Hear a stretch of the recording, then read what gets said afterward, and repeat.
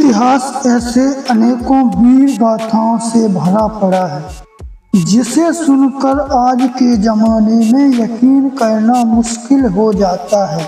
Sir कटने के बाद धड़ का लड़ना, शेर के जबड़े से पकड़कर फोड़ डालना, दुश्मन को घोड़े सहित काट डालना जैसे किस्से तो आपने सुने ही होंगे और पढ़े भी होंगे, लेकिन क्या आपने सुना है एक ऐसा योद्धा जो मैदान में अपना सर ही भूल आया हो? तो आइए आज हम आपको एक ऐसी ही अज्ञात वीर कहानी से रूबरू करवाते हैं। यह कहानी है छापोली ठिकाने के ठाकुर सुजान सिंह शेखावत की। 22 साल के ठाकुर सुजान सिंह बारात लेकर विवाह करने के लिए निकले थे। दुल्हन की मांग भरी, फेरे हुए, कुल देवी को प्रणाम किया और फिर अपनी नई नवेली दुल्हन के साथ अपनी रियासत की तरफ विदा होते हुए ही थे कि तभी एक संदेश बाबा हक आया और सुजान सिंह से बोला, कुल में है तो जान सुजान, फौज देवरे आई रे। 22 वर्ष के सुजान सिंह कुछ समझे नहीं और अपने सरदारों की तरफ देखा। किसकी फौज किस मंदिर पे आई? सरदारों ने कहा, हुकुम दारा खान और औरंगजेब की फौज ने खंडेला गांव के बाहर डेरा जमा दिया है। सुबह की आरती से पहले वे नगर के सबसे बड़े कृष्ण मंदिर तोड़ देंगे। साथ ही 100 गायों को मारने की मुनादी भी कर चुके हैं। पूरा गांव खाली हो चुका है और यह दूत चाहता है कि आप युद्ध में जाकर लड़ें। बारात में आए बड़े बुजुर्गों ने इस बात को अनसुना बारात को आगे बढ़ा दिया।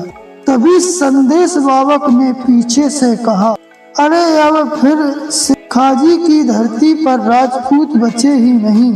यह बात सुनकर राजपूतों के कदम रुक गए। ठाकुर सुजान सिंह ने घोड़े की लगाम घुमाया और खंडेला की तरफ कूच कर दिया।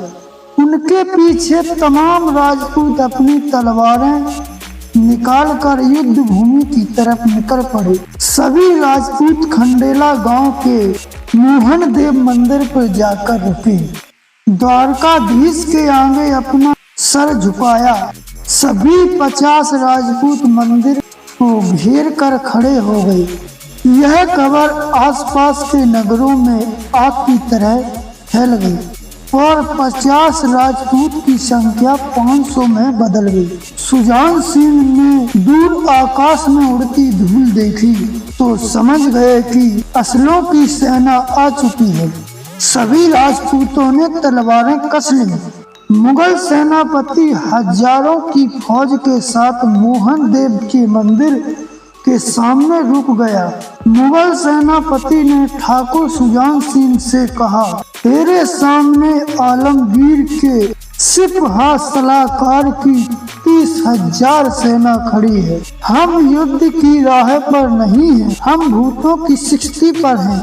यदि हमें तुम इस मंदिर का सिर्फ एक कोना तोड़ने दोगे तो हम आगे निकल जाएंगे। जिस पर सुजान सिंह ने कहा, कोना तोड़ने तो दूर की बात है, मैं इन मच्छरों को मंदिर छूने तक नहीं दूंगा। जिसके तुरंत बाद दोनों सेनाएं आपस में भिड़ गई।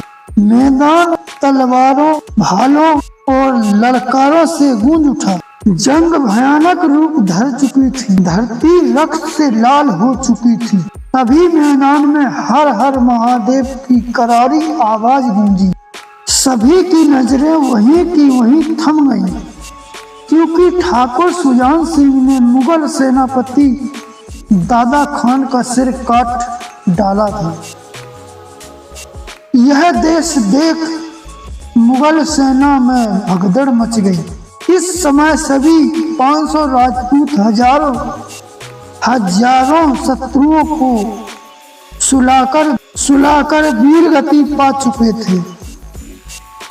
यहाँ पर ठाकुर सुजान सिंह की तलवार अभी भी मुगलों पर कहर बरसा रही थी। एक अकेला घुड़सवार और सैकड़ों की फौज। तभी एक मुगल सिपाही ने अपनी तलवार से सुजान सिंह का सर काट दिया।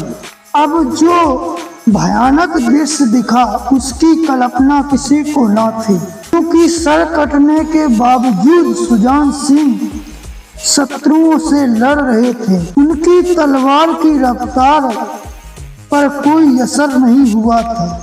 भयभीत दुश्मन रणभूमि से भाग छूटे और दूसरी तरफ डोली में बैठी उनकी नई नवेली दुल्हन ने अपने पति के बिना छापोली ठिकाने में जाने से मना कर दिया।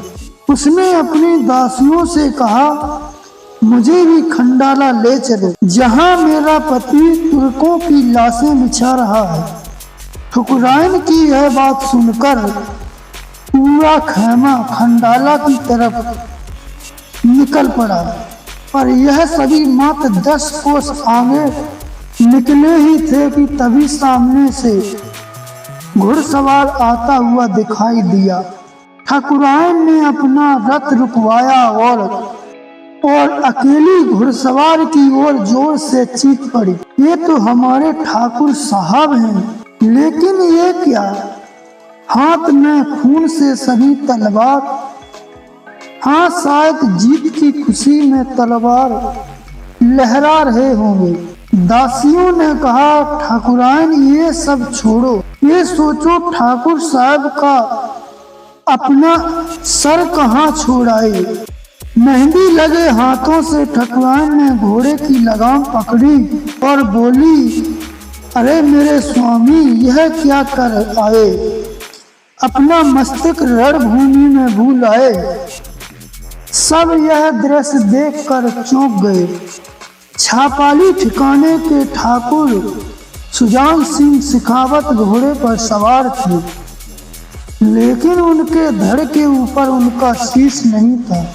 आज भी खंडेला शहर के उत्तर में इस वीर राजपूत की छतरी बनी हुई है। साथ ही में उनकी पत्नी सती माँ ठकुराइन शाह के नाम से छतरी है। दोस्तों, यह वीडियो आपको कैसा लगा कमेंट बॉक्स में जरूर बताइएगा। इस वीडियो को लाइक और चैनल को सब्सक्राइब जरूर करें। धन्यवाद।